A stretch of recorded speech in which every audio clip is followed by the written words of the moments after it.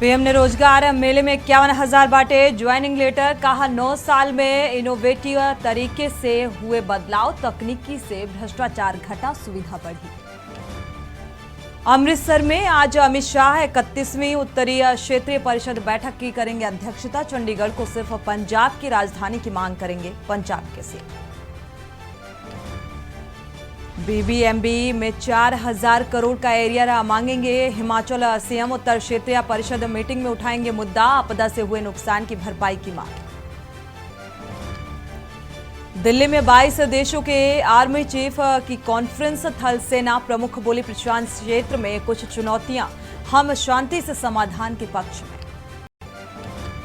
Britain की vaccine task force के chief का बयान आया सामने। अगली ये महामारी 5 करोड़ लोगों को ले सकती है जान, और डब्ल्यूएचओ के इसी एंटीसिपेटेड महामारी को डिजीज एक्स का नाम दिया गया। लखीमपुर आखिरी हिंसा का आरोपी आशीष मिश्रा को सुप्रीम कोर्ट से बड़ी राहत। आप देख रहे हैं के न्यूज, खबरों का सारथी।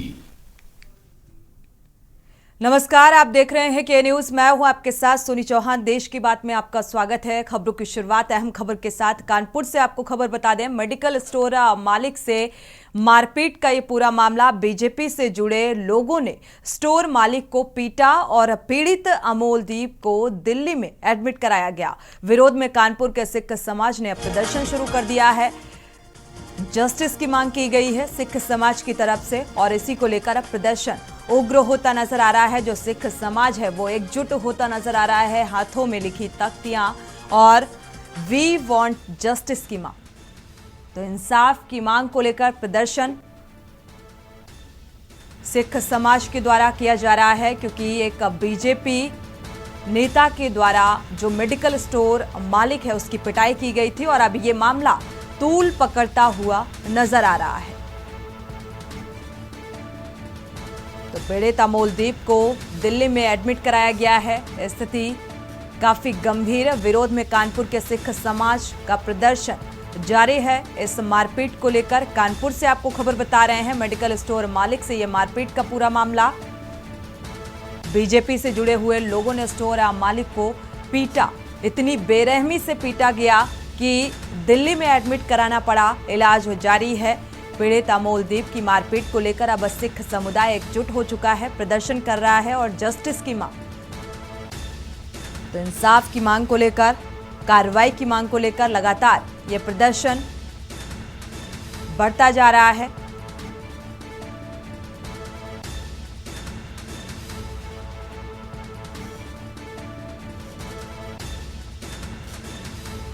कानपुर से आपको खबर बता दें, अभी ये मामला तूल पकड़ता हुआ नजर आ रहा है, और एक के बाद एक ऐसे मामले बीजेपी कार्यकर्ता, बीजेपी नेताओं से जुड़े हुए सामने आ रहे हैं। मारपीट के मामले, कई मामलों में प्रशासनिक स्तर पर एक लचर रवैया भी देखने को मिलता है।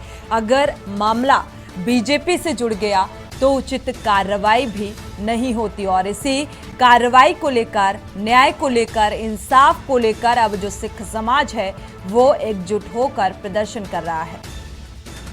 तो कानपुर से आपको बड़ी खबर बता रहे हैं। मेडिकल स्टोर मालिक की पिटाई की गई, और इसी को लेकर अब प्रदर्शन किया जा रहा है। सुरेश सविता संवाददाता इसी खबर पर जुड़े हुए हैं ज्यादा जानकारी के साथ। सुरेश, क्या अपडेट है इस मामले को लेकर, जिस तरीके से सिख समुदाय एकजुट होता नजर आ रहा है जस्टिस की मांग को लेकर?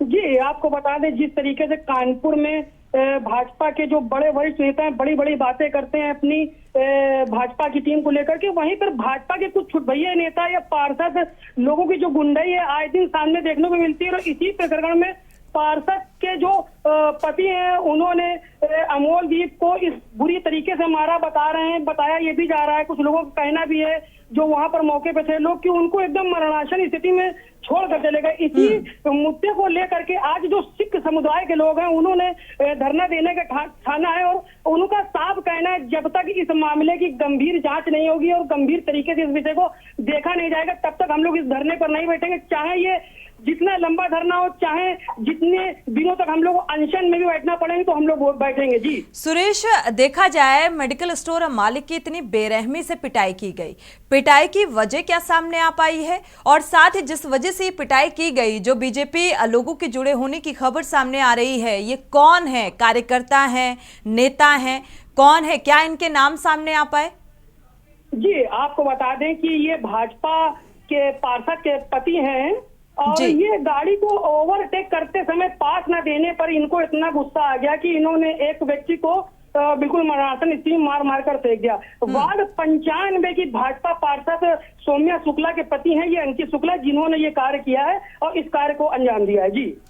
अब क्या प्रशासनिक स्तर पर कोई कार्रवाई होती नजर आ रही है?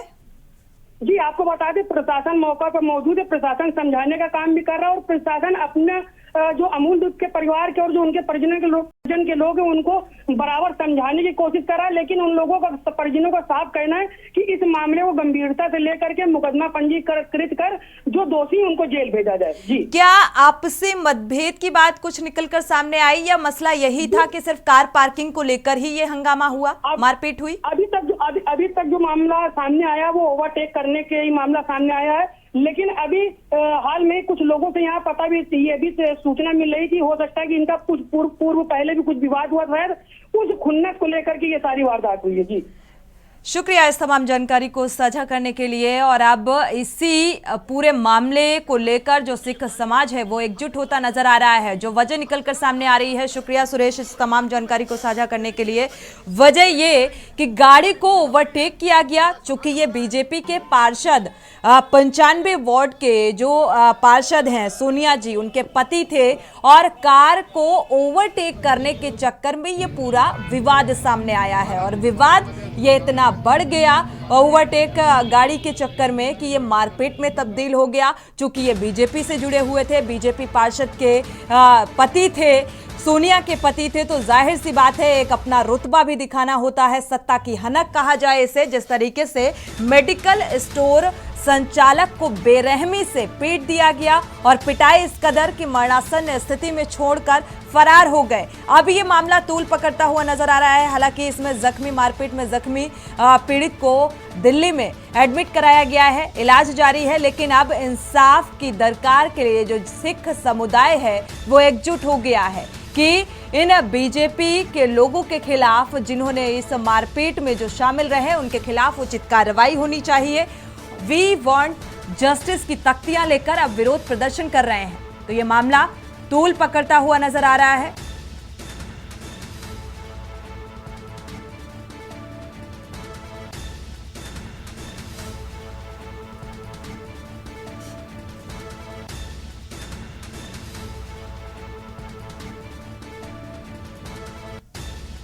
तो गाड़ी को ओवरटेक करने के चक्कर में ये पूरा विवाद बढ़ गया और मेडिकल स्टोर संचालक की बेरहमी से पिटाई कर दी गई। जो बीजेपी वार्ड 95 की सोनिया हैं, उनके पति ने ये पूरा हंगामा किया और साथ में समर्थक भी रहे जो बीजेपी के लोग हैं। अब इनके खिलाफ कार्रवाई की मांग की जा रही है। तो सिख समुदाय जो है वो ये सिख समाज एकजुट होता नजर आ रहा है और लगातार मांग कि इस मामले को लेकर कार्रवाई होनी चाहिए। लेकिन प्रशासनिक स्तर पर अगर देखा जाए, जैसा कि हमारे संवाददाता ने बताया, कोई कार्रवाई होती नजर नहीं आ रही है। ये जो घटना 23 तारीख को हुई थी, एक सिख परिवार के बच्चे को नशे में चूर और सत्ता के लोभ में अहंकारी आदमी सौम्या शुक्ला, उसके आदमी प्लस उसके पति ने 4-5 लोगों ने मिलकर उस सिख भाई को इतना मारा है और जरा सी बात पे एक ओवरटेकिंग के चक्कर में उसने मानवता की सारी हदें पार कर दी और उसकी दोनों आंखें डैमेज हो गई हैं, जिसके विरोध में आज हम यहाँ एकत्र हुए हैं। पूरा सिख समाज इकट्ठा है और इसके साथ में हमारे साथ घटना नहीं हुई है, ये पूरी मानवता के साथ घटना हुई है। इसका जोरदार विरोध करेंगे हम। और सीपी महोदय से भी कल हम लोग मिले थे, उन्होंने आश्वासन दिया गिरफ्तारी का। अभी तक गिरफ्तारी नहीं हुई और किसी प्रकार की कोई अभी तक उस पर कानूनी कार्रवाई नहीं हुई। देखिए, प्रशासन को दबाव बनाने दीजिए, उनका काम है, उनको करने दीजिए। हमारा काम क्या है हमें मालूम है और हम कानून की हद में रह के ही ये काम करेंगे।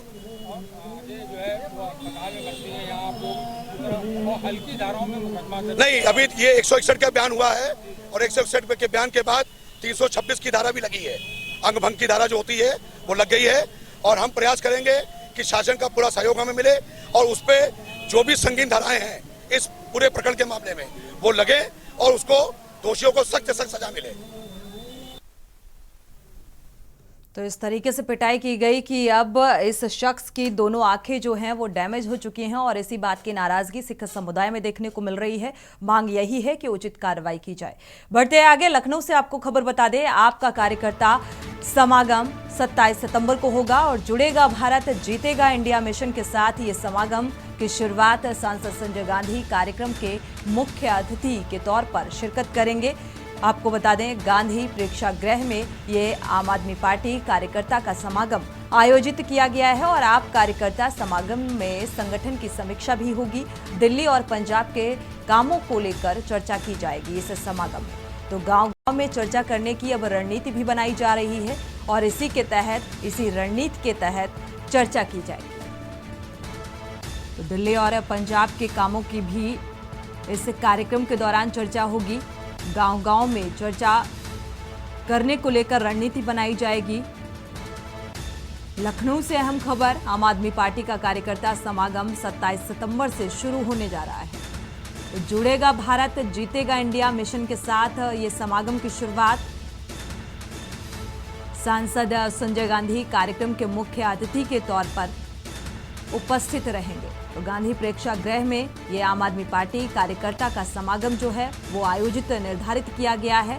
27 सितंबर से इसकी शुरुआत होने जा रही है और इसके तहत एक रणनीति बनाकर गांव-गांव तक ये समागम किया जाएगा।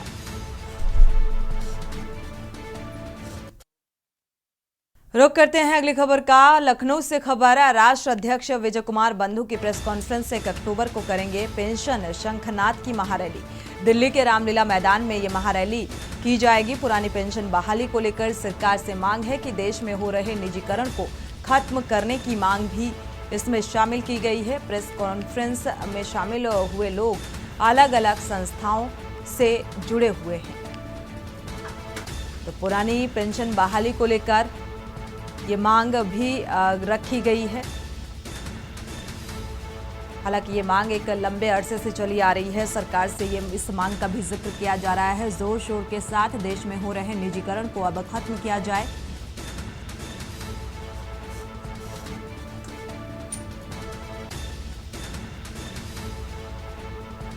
लखनऊ से ये अहम खबर, राष्ट्र अध्यक्ष विजय कुमार बंधु की अध्यक्षता में प्रेस कॉन्फ्रेंस 1 अक्टूबर को ये पेंशन शंखनाद की भी कोशिश। यादव जी और हाँ, बहुत अच्छा सवाल आपने पूछा और इससे एक संदेश भी जाता है कि सब जब पार्टी समर्थन कर रही तो एक ही पार्टी को क्यों दर्द हो रहा है, एक ही पार्टी को क्यों तकलीफ हो रही है। और जो खुद पेंशन ले रहा हो, प्रधानमंत्री जी पेंशन लेते हैं, विधायक का पेंशन आज भी लेते हैं, प्रधानमंत्री का अलग लेते हैं। और रही बात यूपीए एनडीए शासित की बात करें, सिक्किम एक राज्य है जहां से अभी खबर आई है और वो एनडीए शासित गठबंधन है, वहां के मुख्यमंत्री जी ने घोषणा की है कि हम पुरानी पेंशन लागू करेंगे। तो अब ये सवाल भी एनडीए के लिए बहुत बड़ा सवाल पैदा होगा कि आपका सहयोगी भी पेंशन देने को तैयार है और भाजपा क्यों नहीं दे रही है, एक बड़ा सवाल है। जब सारे लोग तैयार हो रहे हैं, सब लोग देने को मन मना रहे हैं, सब लोग उस दिशा में बढ़ रहे हैं, तो बीजेपी ही क्यों कर्मचारी के विरोध में जा रही है, ये भी एक सवाल है। पेंशन के लिए हमारा जब से एनएमओपीएस ने पुरानी पेंशन बहाली को लेकर के जो भी इनका समर्थन करते चले आ रहे हैं, अभी भी 1 अक्टूबर को जो दिल्ली में रैली होने जा रही है रामलीला मैदान में, उसमें हम अपने साथियों के साथ तन मन धन के साथ उनके समर्थन में पूरे मन योग के साथ उनका समर्थन करते हैं और दिल्ली जाने के लिए तैयारी कर रहे हैं। हमारा कैडर की हम नर्सिंग कैडर से है, हमारे कैडर में महिला प्रधान कैडर है, महिलाएं ज्यादा संख्या में है। हम फिर भी कोशिश कर रहे हैं कि ज्यादा से ज्यादा महिलाओं में जागरूकता बढ़ रही है। ओपीएस को लेकर यूनियन अध्यक्ष के नाते हमारी यूनियन की लोगों को ओपीएस के लिए जागरूक कर रही है।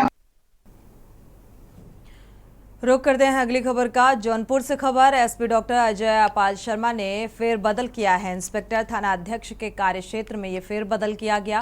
कार्यों में लापरवाही की वजह से थाना अध्यक्ष को लाइन हाजिर भी किया गया। एसपी ने 2 थाना अध्यक्ष को लाइन हाजिर किया है। विनीत राय एसओजी प्रभारी बने हैं और विनोद सिंह सरफताह इंस्पेक्टर बनाए गए हैं। तो जलालपुर इंस्पेक्टर की जिम्मेदारी सौंपी गई है। अश्विनी दुबे को नेवड़िया की जिम्मेदारी सौंपी गई है। विनय मिश्रा को गौरा बादशाहपुर का इंस्पेक्टर बनाया गया है। तो एक बड़ा फेरबदल निकलकर सामने आ रहा है। प्रियंका सिंह सुरेरी का थाना अध्यक्ष पद की जिम्मेदारी सौंपी गई है और चंदन राय का भी नाम शुमार है। बने खेतासराय थाना अध्यक्ष यहां का बनाया गया है और विक्रम लक्ष्मण को रामपुर का थाना अध्यक्ष बनाया गया है।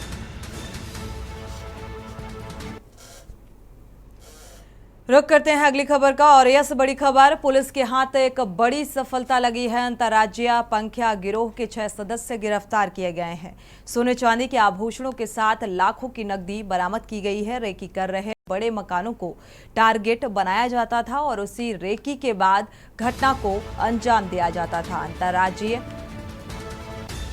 स्तर पर यह काम किया जा रहा था। औरैया से आपको खबर बता रहे हैं। तो रेकी कर चोरी की वारदात को अंजाम दिया जा रहा था। 6 सदस्यों की गिरफ्तारी फिलहाल की गई है, जो सोने चांदी के आभूषणों के साथ लाखों की नकदी भी इनके पास से बरामद की गई। तो रेकी कर बड़े मकानों को अपना टारगेट बनाते थे और इसके बाद घटना को अंजाम देते थे।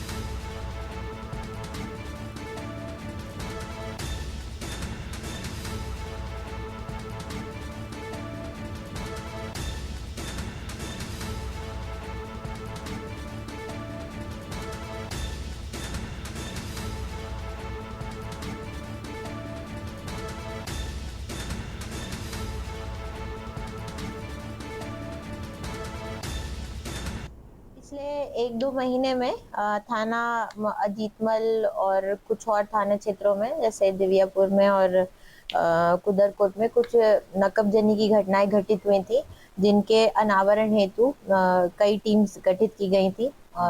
इनके लिए बीटीएस भी उठाया गया था सर्च करके कई बार के एनालिसिस से, और मुखबिरों की सूचना पर कुछ 6 अभियुक्तों को चिन्हित किया गया था, जिनकी गिरफ्तारी हेतु 4 टीमें लगाई गई थी।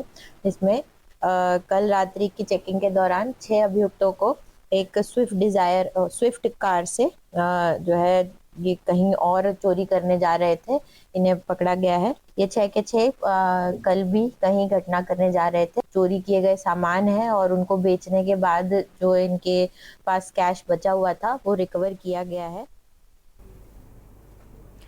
बढ़ते आगे, लखनऊ से बड़ी खबर। मौसम विभाग ने जारी किया है पूर्वानुमान। आगामी 2 दिनों तक बारिश का अलर्ट जारी किया गया है। यूपी के लगभग 13 जिलों में बारिश का अलर्ट जारी किया गया है। प्रयागराज, प्रतापगढ़, सोनभद्र में बारिश की संभावना जताई गई है। मौसम विभाग की तरफ से मिर्जापुर, चंदौली, वाराणसी में बारिश की संभावनाएं जताई गई हैं और संत रविदास नगर, जौनपुर में भी बारिश की संभावना जताई गई है। गाजीपुर, आजमगढ़, मऊ, बलिया में बारिश की संभावना जताई गई है। सुल्तानपुर में भी, अंबेडकर नगर में भी बारिश हो सकती है। तो ये पूर्वानुमान मौसम विभाग ने जारी किया है और इसके तहत बारिश होने का आसार जताया गया है। तो प्रयागराज समेत प्रतापगढ़, सोनभद्र में भी बारिश की संभावना बनी हुई है। मिर्जापुर, चंदौली, वाराणसी में भी बारिश हो सकती है। मौसम विभाग ने ये पूर्वानुमान लगाया है। संत रविदास नगर, जौनपुर में भी बारिश हो सकती है।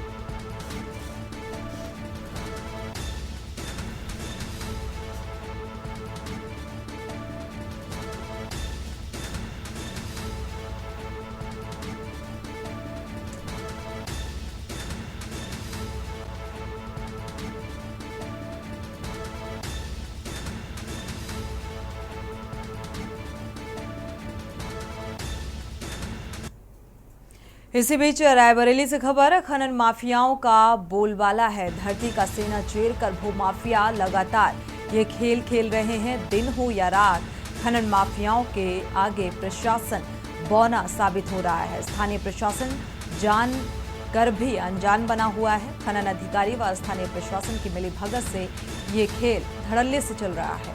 हरचंदपुर, बछरावा, लालगंज में धड़ल्ले से हो रहा है ये खनन, और खनन पर शिकंजा कसता हुआ नजर नहीं आ रहा।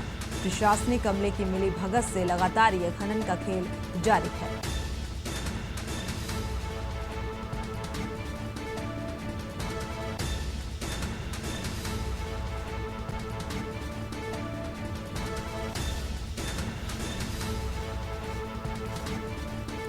दिन का उजाला हो या रात का अंधेरा, लगातार जो खनन माफिया हैं वो सक्रिय हैं, खनन करने से बाज नहीं आते।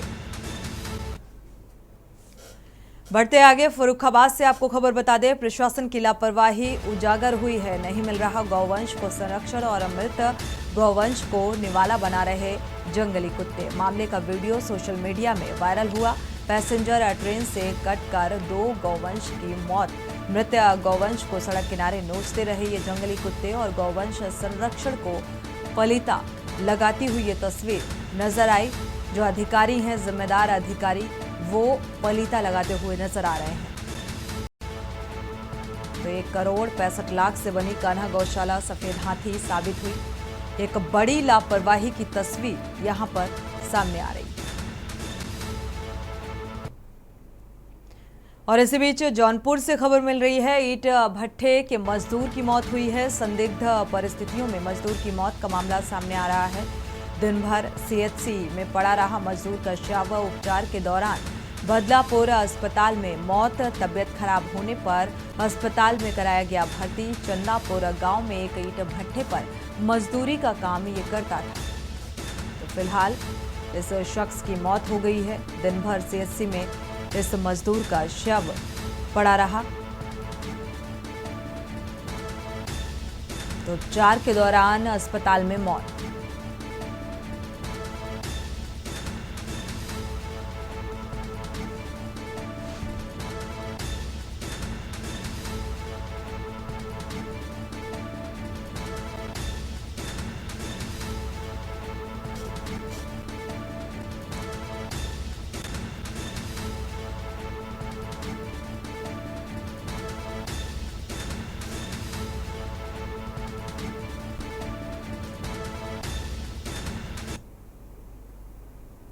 बाबा भट्टे पे काम करने के लिए आए थे। 10 का बेच का अचानक तबीयत खराब हो गया। डॉक्टर सुई दे दिया था। उसके बाद 10 का एक्सपायर हो गया।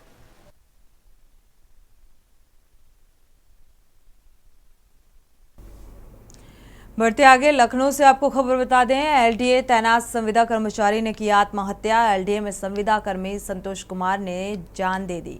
एलडीए बीसी की फटकार से संतोष काफी परेशान था और परिजन ने एलडीए वीसी की फटकार से आहत होकर संतोष ने जान दी, इस बात का आरोप लगाया है। मृतक के परिजनों ने स्थानीय थाना पर शिकायती पत्र भी दिया। कैंट थाना क्षेत्र के सदर इलाके में ये मृतक संतोष रहता था।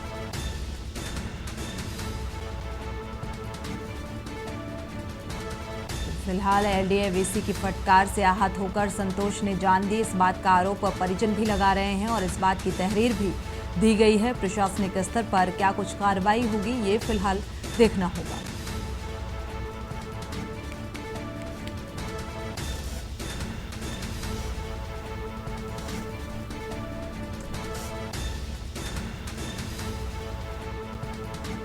कैंट थाना क्षेत्र का ये पूरा मामला सामने आ रहा है। लखनऊ से खबर, एलडीए में तैनात संविदा कर्मचारी ने की आत्महत्या।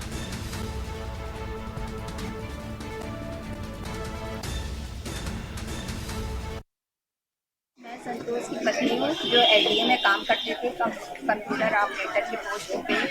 अभी कम से कम 10 दिन से वो बहुत टेंशन में आ रहे थे। मैं उनसे बार बार पूछ रही थी कि क्या वजह है, आप इतनी टेंशन क्यों लेते हैं, तो उन्होंने नहीं बताया मुझे। कल परसों 3 दिन से मुझे बता रहे हैं कि मेरे यहाँ बीसी है जो इंद्रमणि त्रिपाठी है, वो मुझे बहुत परेशान कर रहा है, बहुत टॉर्चर कर रहा है मुझे। कल तो वो लंच भी ले आए थे, लंच भी उन्होंने नहीं खाया था। बहुत बुरी तरीके उन्होंने कल वहाँ से भगाया है मेरे हस्बैंड को। और उन्होंने इतना फ्रस्ट्रेट किया, इतना टेंशन में आ गए थे मेरे पति कि आज सुबह की मॉर्निंग के समय उन्होंने सुसाइड कर लिया है। और मैं इंसाफ चाहती हूँ इस चीज़ के लिए, जो मैं बिल्कुल अकेली हूँ, मेरे हस्बैंड सिर्फ इकलौते लड़के थे और बूढ़ी सास है 80 साल की, जो वो मेरे घर में पड़ी है। आज मेरे 2 बच्चे हैं, मैं अकेली हो गई, मैं कहाँ जाऊँगी। और इसी बीच कानपुर से खबर मिल रही है। कानपुर से बड़ी खबर, मेडिकल स्टोर संचालक की पिटाई का ये पूरा मामला। कानपुर से बड़ी खबर, दवा व्यापारियों ने नारेबाजी कर निकाला विरोध मार्च। अब ये मामला तूल पकड़ता हुआ नजर आ रहा है, बढ़ता जा रहा है। विरोध मार्च करते हुए पुलिस कमिश्नर दफ्तर पहुंचे हैं। आरोपियों के खिलाफ सख्त कार्रवाई की उठाई मांग। तो कानपुर में बीजेपी पार्षद के पति अंकित की गुंडई का ये पूरा मामला, जो कि सोनिया शुक्ला जो कि पार्षद हैं, उनके पति अंकित की गुंडई का ये पूरा मामला और अब बढ़ता हुआ नजर आ रहा है। मारपीट कर मेडिकल स्टोर मालिक की आंखें फोड़ी, क्योंकि आंखें पूरी तरीके से मारपीट में डैमेज हो चुकी हैं। दिल्ली के अस्पताल में इलाज जारी है और सिख समुदाय इसी बात को लेकर अड़ा हुआ है। तो इंसाफ की गुहार। कार ओवरटेक करने के मामले में अमोलदीप को अधमरा किया गया। विरोध में कानपुर के दवा व्यापारी सिख समाज का प्रदर्शन आया सामने और लगातार ये प्रदर्शन बढ़ता जा रहा है। पीड़िता अमोलदीप को गंभीर हालत में दिल्ली रेफर किया गया है।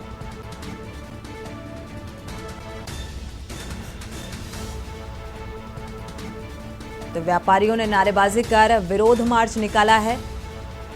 विरोध मार्च करते हुए पुलिस कमिश्नर दफ्तर पहुंचे।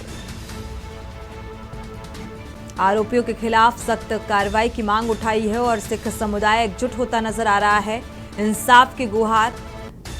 लेकिन अभी तक 164 के बयान दर्ज हो चुके हैं, 126 की धारा भी लगाई गई है, लेकिन मांग यही है कि उचित कार्रवाई की जाए।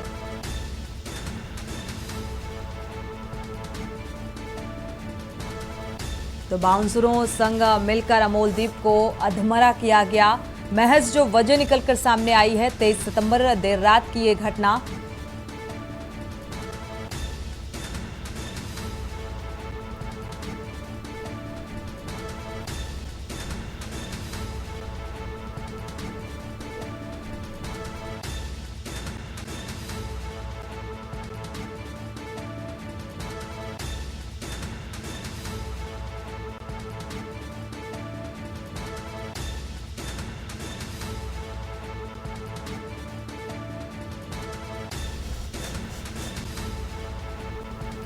तो विरोध मार्च करते हुए पुलिस कमिश्नर दफ्तर पहुंचे हैं। फिलहाल इसका प्रशासनिक स्तर पर किस तरीके से संज्ञान लिया जाएगा, क्या बीजेपी के इस पार्षद के पति के खिलाफ उचित कार्रवाई होगी, ये या फिर ये प्रदर्शन महज प्रदर्शन बनकर रह जाएगा, क्योंकि लगातार जो ऐसे मामले हैं, जो बीजेपी से जुड़ा हुआ शख्स है वो लगातार इस तरीके की दबंगई और गुंडाई सामने आती है। इसी को देखते हुए और प्रशासनिक स्तर पर जो एक लचर रवैया है उसको देखते हुए लगातार सवाल उठाए जा रहे हैं।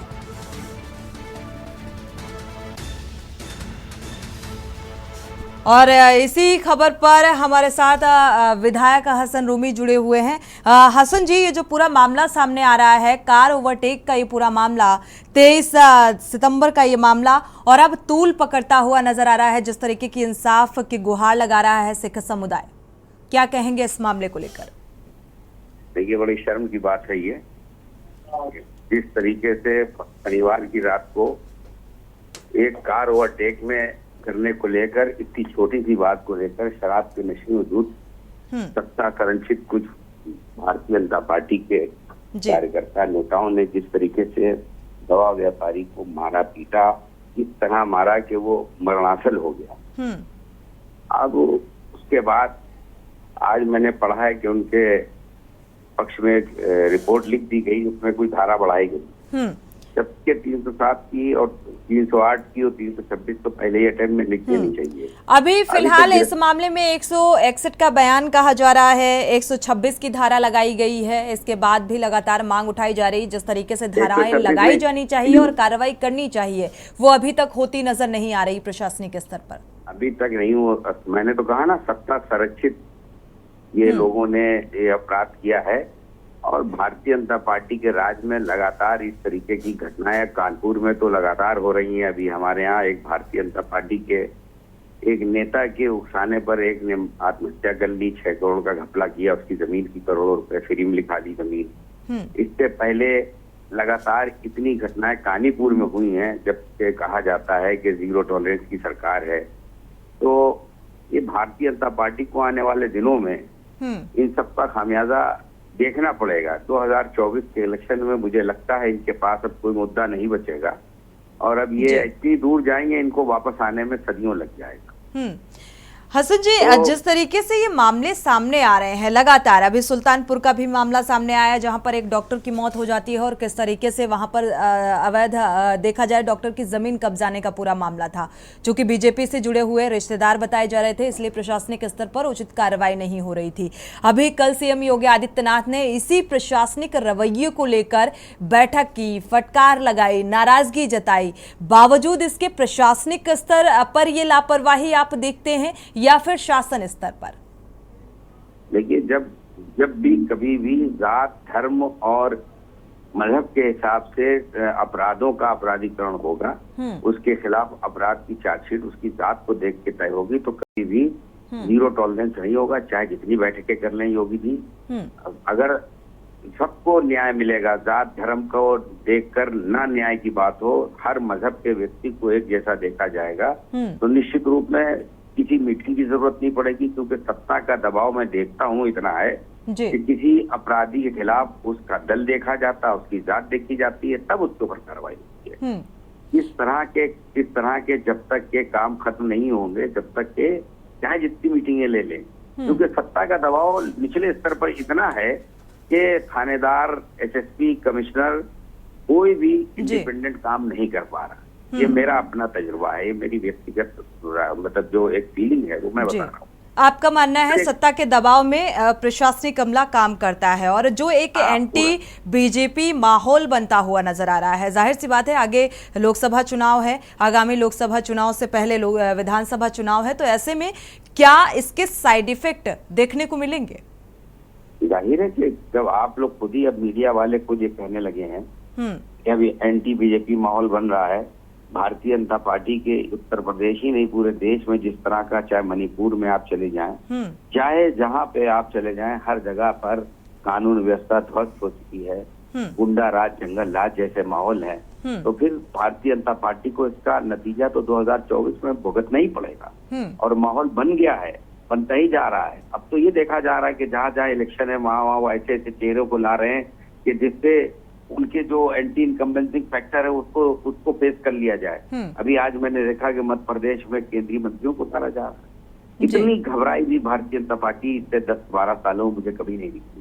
तो एंटी बीजेपी माहौल का जिक्र इसलिए किया, ऐसा मीडिया का आरोप नहीं है, लेकिन जो तस्वीरें सामने आती हैं उस लिहाज से बात करते हैं और सवाल उठाते हैं। हसन जी, यहाँ पर विपक्ष भी लगातार सवाल उठा रहा है, लेकिन ज्यादातर मामलों में ऐसा लगता है कि प्रशासनिक स्तर पर एक बड़ी लापरवाही तब बरती जाती है जब बीजेपी से एक नाम जुड़ जाता है किसी आरोपी का, तो फिर वहां पर यह ढिलाई क्यों बरती जाती है? इसको लेकर मीडिया लगातार सवाल उठा रहा है, हम उठा रहे हैं सवाल।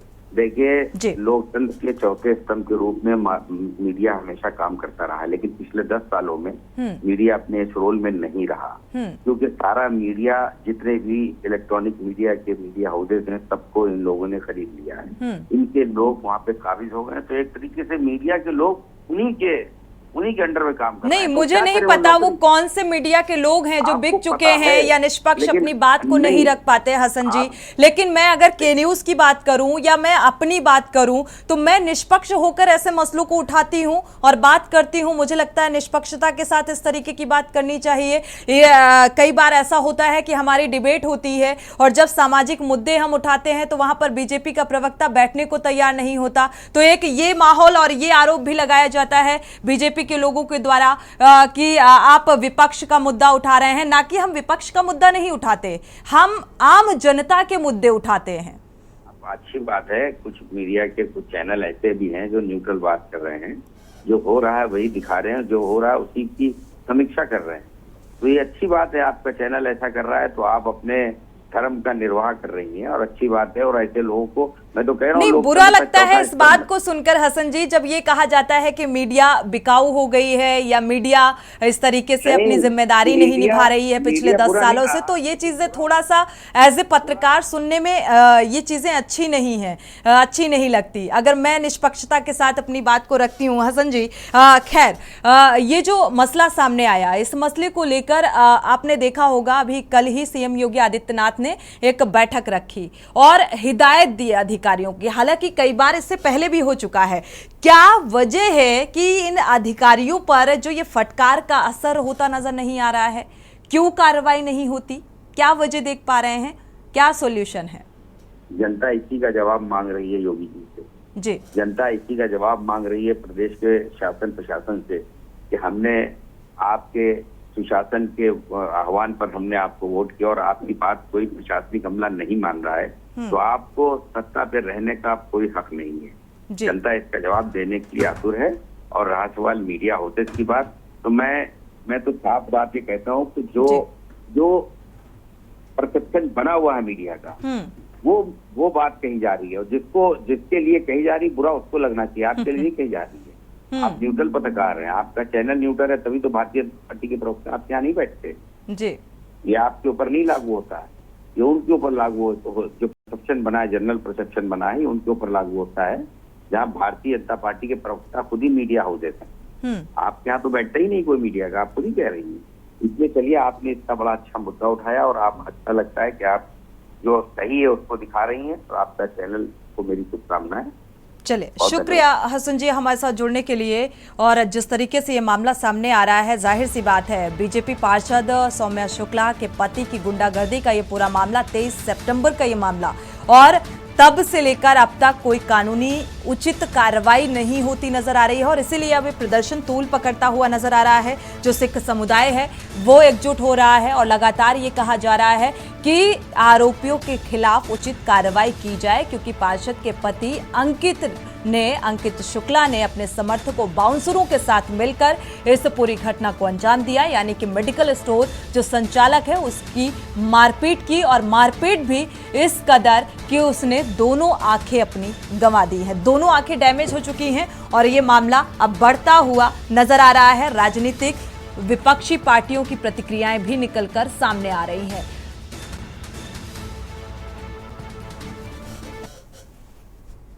बढ़ते आगे, महासमुंद से बड़ी खबर आपको बता दें, पुलिस ने ताबड़तोड़ कार्रवाई की है। गांजा तस्करी को लेकर ताबड़तोड़ ये कार्रवाई सामने आ रही है। 110 किलो गांजा, 2 वाहन, 3 तस्कर गिरफ्तार किए गए हैं। नशा विरोधी अभियान के तहत कार्रवाई जारी की गई और एसपी के मार्गदर्शन में अवैध मादक पदार्थ की कार्रवाई और कार और एक बाइक भी इनके पास से बरामद की गई है। तो ये उचित कार्रवाई होती नजर आ रही है। गांजा तस्करों की गिरफ्तारी के साथ ही ये सामान इनके पास से बरामद किया गया।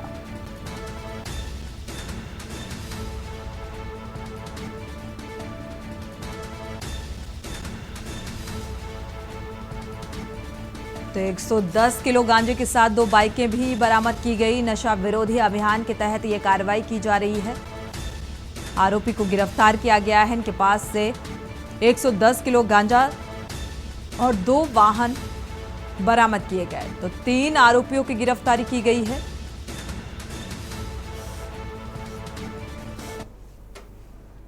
और इसी बीच कानपुर से बड़ी खबर आपको बता दें। कानपुर से बड़ी और अहम खबर, प्रेमिका ने अपने प्रेमी का काटा गुप्तांग। बड़ी खबर कानपुर से आपको बता रहे हैं। सहेली से अवैध संबंध ना बनाने पर यह गुप्तांग काटा गया है। तो ये सनसनीखेज मामला सामने आ रहा है। युवक ने देर रात अपनी प्रेमिका से ये मिलने गया था और सहेली से संबंध बनाने के लिए मजबूर था और इसी के चलते गंभीर हालत में अपने घर फिलहाल पीड़ित पहुंचा है। पीड़ित युवक की पत्नी ने पुलिस को इस बात की सूचना दी है। फिलहाल इसको भर्ती कराया गया है, इलाज जारी है। तो गंभीर स्थिति, चौबेपुर थाना क्षेत्र के रौतापुर गांव की यह घटना बताई जा रही है।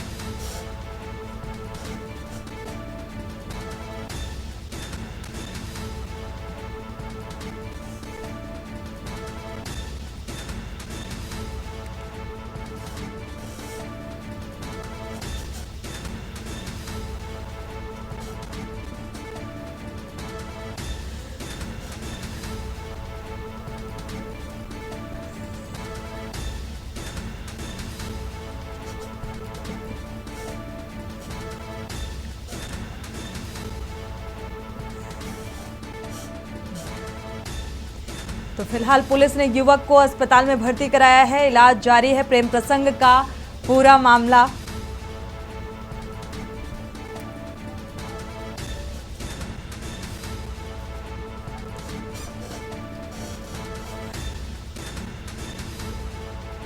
इसी खबर पर ज्यादा जानकारी के साथ हमारे संवाददाता मधुर मोहन जुड़े हुए हैं। मधुर, जिस तरीके से ये सनसनीखेज मामला सामने आ रहा है, क्या अपडेट है इस मामले को लेकर?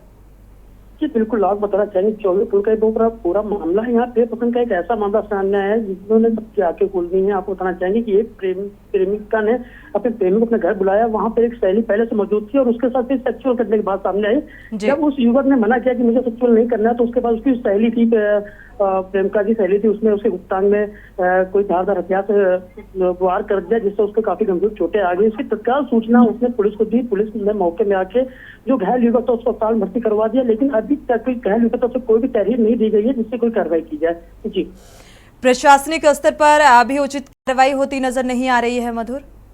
जी बिल्कुल, पुलिस विभाग का साफ कहना है, पुलिस प्रशासन का, कि अभी तक कोई भी तहरीर नहीं मिली है। लेकिन हाँ, इसी जानकारी जरूर है कि घटना ऐसी हुई है, जो घायल युवक है उसको अस्पताल भर्ती करा दिया गया, लेकिन जैसे तहरीर मिलेगी इससे उचित कार्रवाई की जाएगी। फिलहाल स्थिति कैसी नजर आ रही है इस घायल युवक की? युवक इसमें सही है और अस्पताल में है, इलाज चल रहा है। शुक्रिया इस तमाम जानकारी को साझा करने के लिए। तो ये सनसनीखेज मामला सामने आ रहा है, जहां पर एक युवती ने युवक का गुप्तांग काट दिया महज इस बात को लेकर क्योंकि सहेली से संबंध बनाया और इसी प्रेम प्रसंग से जुड़ा हुआ ये पूरा मामला सामने आ रहा है। और अभी इस मामले से संबंधित कोई तहरीर थाने में नहीं दी गई है, इस लिहाज से इसमें उचित कार्रवाई होती नजर नहीं आ रही है। फिलहाल अस्पताल में भर्ती कराया गया है, इलाज जारी।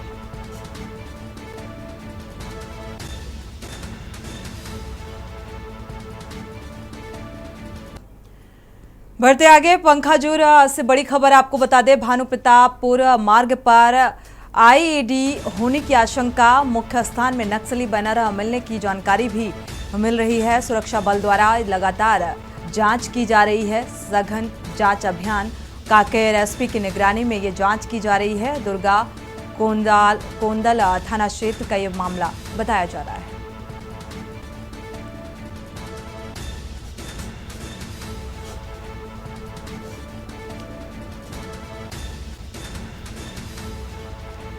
सुरक्षा बल द्वारा लगातार सघन जांच की जा रही है। जांच अभियान चलाया गया है। कांकेर एसपी की निगरानी में ये जांच चलाई जा रही है। जो भी राहगीर हैं जो यहां से गुजरते हैं उनकी जांच भी की जा रही है। एक निगरानी यहां पर रखी जा रही है। पंखाजूर से बड़ी खबर, भानुप्रतापपुर मार्ग पर आईईडी की आशंका के चलते ये जांच पड़ताल जारी। मुख्य स्थान से नक्सली बैनर मिलने की भी जानकारी सामने आई, इसी लिहाज से ये चौकसी बढ़ती जा रही है।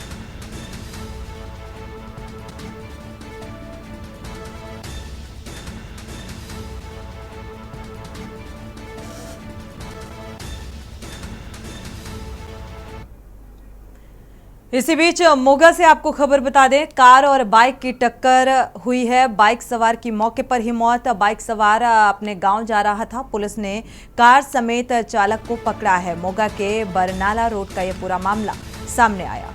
तो मोगा से बड़ी खबर, बाइक सवार की मौके पर ही मौत।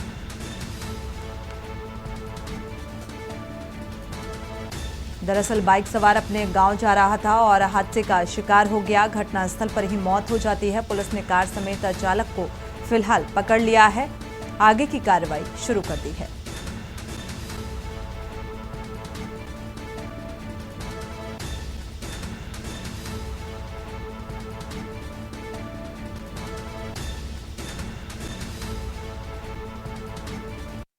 ਕਾਰ ਪਿੱਛੋਂ ਆ ਰਹੀ ਸੀ, ਮੋਟਰਸਾਈਕਲ ਅੱਗੇ ਜਾ ਰਿਹਾ ਸੀ।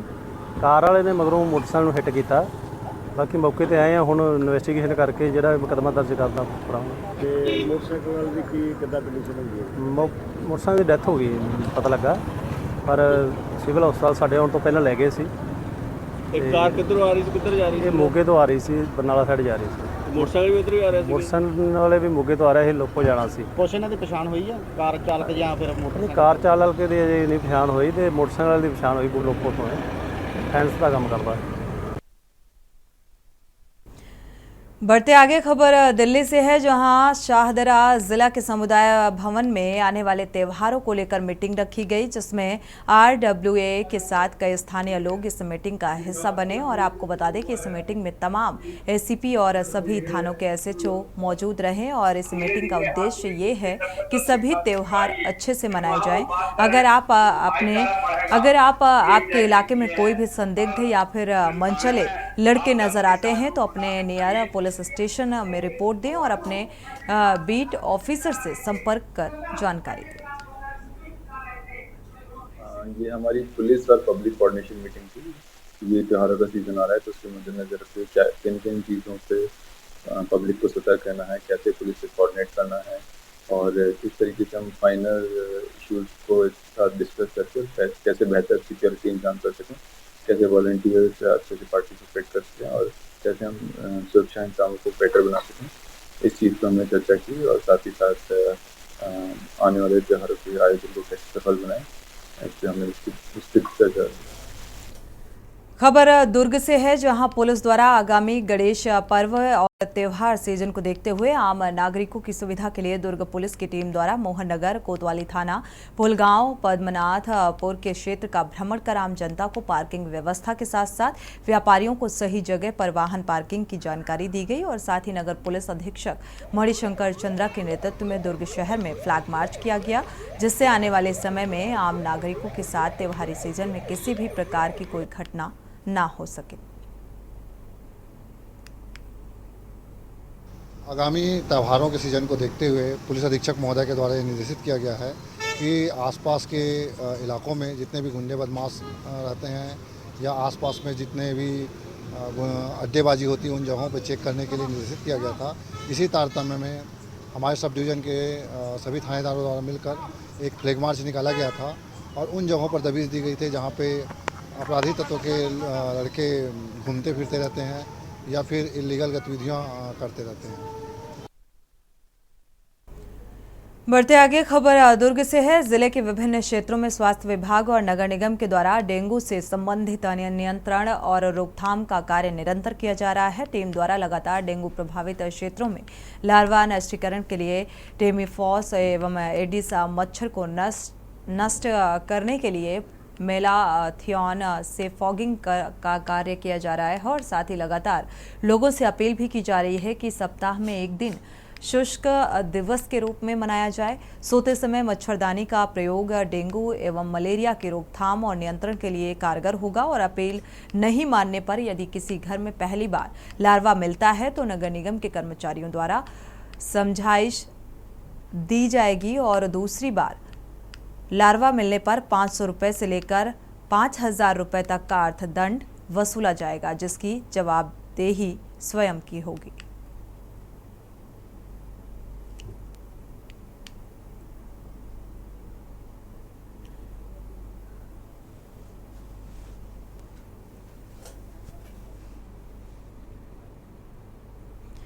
खबर भिलाई से है, जहां राष्ट्रीय बजरंग दल के राष्ट्रीय अध्यक्ष मनोज सिंह के भिलाई आगमन पर अंतर्राष्ट्रीय हिंदू परिषद जिला दुर्ग के महामंत्री शशांक शर्मा और राष्ट्रीय बजरंग दल के जिला दुर्ग के महामंत्री कुंदन की टीम द्वारा स्वागत किया गया। राष्ट्रीय बजरंग दल के राष्ट्रीय अध्यक्ष मनोज सिंह भिलाई पहुंचकर युवा कार्यकर्ताओं के भीतर हिंदुत्व की अलख जगाने और हुंकार भरी और युवाओं में हिंदुत्व की अलख जगाने को लेकर चर्चा भी की गई।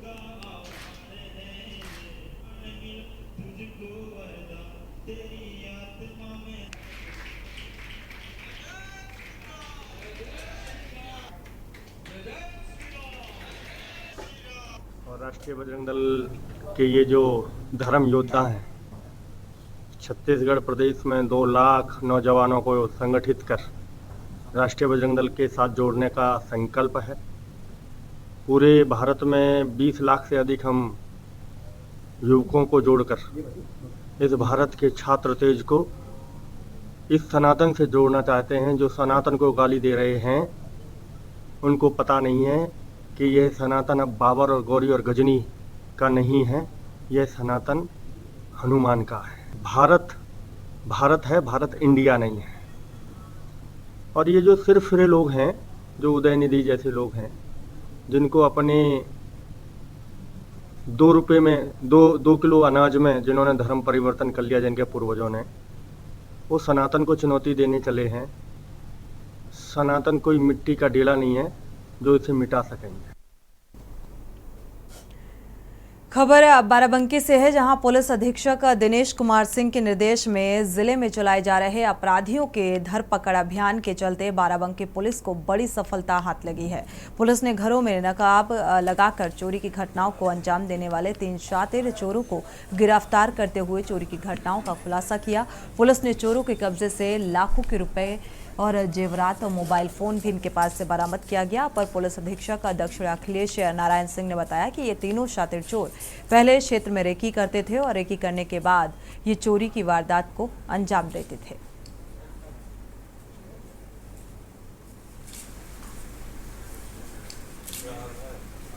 जून के महीने में और जुलाई के महीने में थाना जैदपुर के अंतर्गत तकिया गांव में और कस्बे में 2 चोरियां हुई थी, जिसमें एक बालाजी ज्वेलर्स के यहाँ चोरी हुई थी।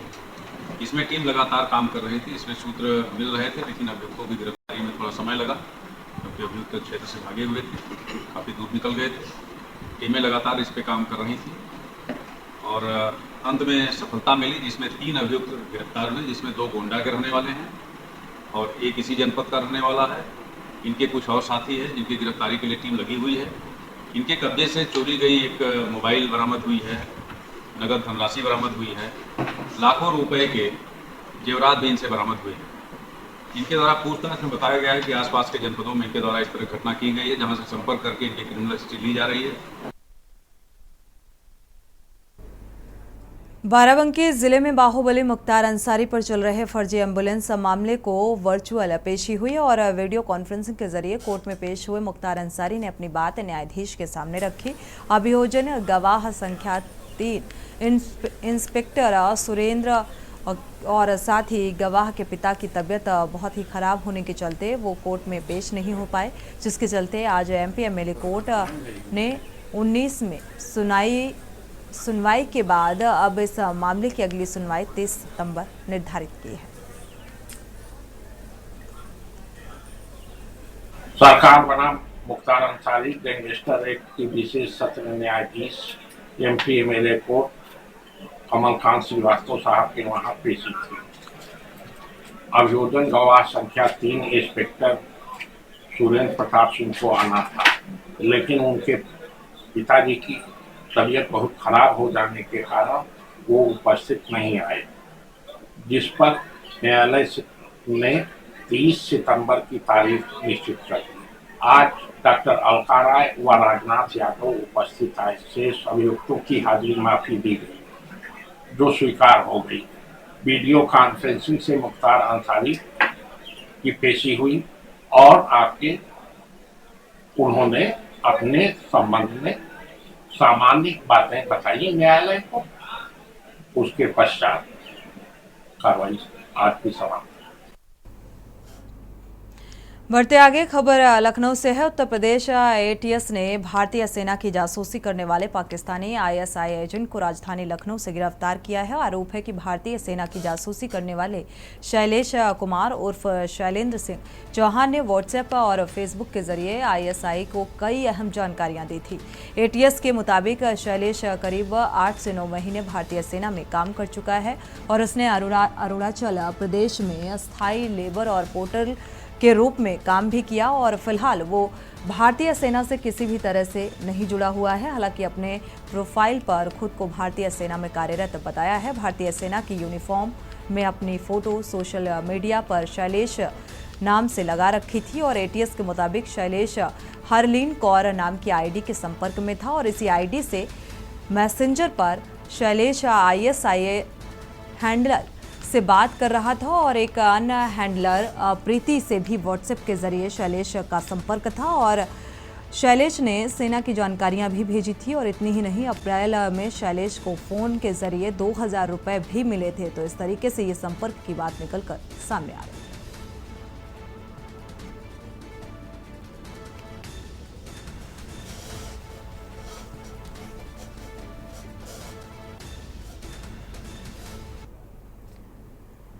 पर्व और त्योहारों से हमारी आस्था, परंपरा और सभ्यता, संस्कृति जुड़ी होती है और इससे जीवन में प्रेम, खुशी, उमंग, उल्लास और उत्साह आता है।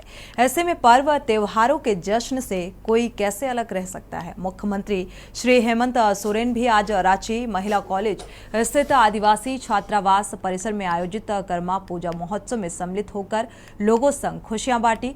मुख्यमंत्री ने यहां आखरा में करम डाल की पारंपरिक विधि विधान से पूजा अर्चना कर राज्य के सर्वांगीण विकास और सुख, शांति और समृद्धि की कामना की। मुख्यमंत्री ने कहा कि हमारी आदिवासी सभ्यता, संस्कृति और परंपरा काफी समृद्ध और गौरवशाली है। कर्मा पर्व प्रकृति से जुड़ा हुआ परंपरागत त्योहार है। पूर्वजों से मिले अपनी इस विरासत को हमें संरक्षित और अक्षुण्ण रखने के साथ ही आगे ले जाना है। आपको आगे बढ़ने का मार्ग सरकार प्रशस्त कर रही है, लेकिन चलना आपको ही होगा और आप सही दिशा में आगे बढ़ें, इसके लिए सरकार आपको हर संभव मदद करेगी। उन्होंने कर्मा पूजा के इस अवसर पर विद्यार्थियों में अपने परिवार, समाज, राज्य और देश को मजबूत करने का संकल्प लेने का आह्वान किया।